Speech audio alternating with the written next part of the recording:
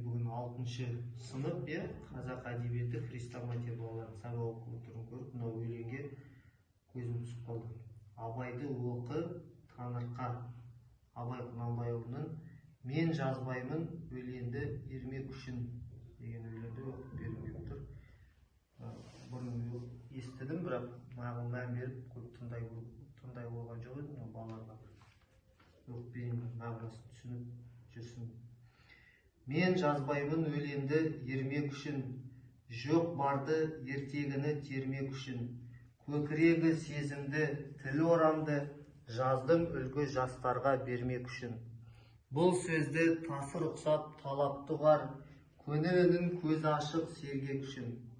Түзу кел, қисық қыңыр, қырын келмей, сыртын танып, іс бітпес сырын көрмей.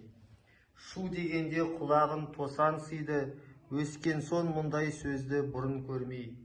Таң қаламын алдыңғы айтқанды ұқпай, және айта бер дейді жұрт тыным бермей. Сөз айттым әзірет әлі айдаһарсыз, мұнда жоқ алтын иек сары ала қыз. Кәрілікті жамандап өлім тілеп, болсын деген жерім жоқ жігіт арсыз.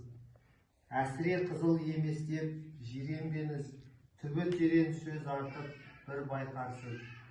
Батырдан барымташы туар даңғой, қызыл да, қызшыл да, қызықшыл да әуре жан ғой.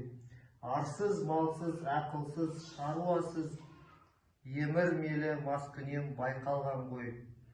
5-6 мыйсыз бәңгі күлсе мәз боп, қинамай қызыл тілім кел тілді ал қой. Өлеңі бар өнердінім сізге, жалынамын мұндай сөз айтпа бізге. Өзге түгіл өзіне пайдасы жоқ, есіл өнер қор болып кетер түзге деп.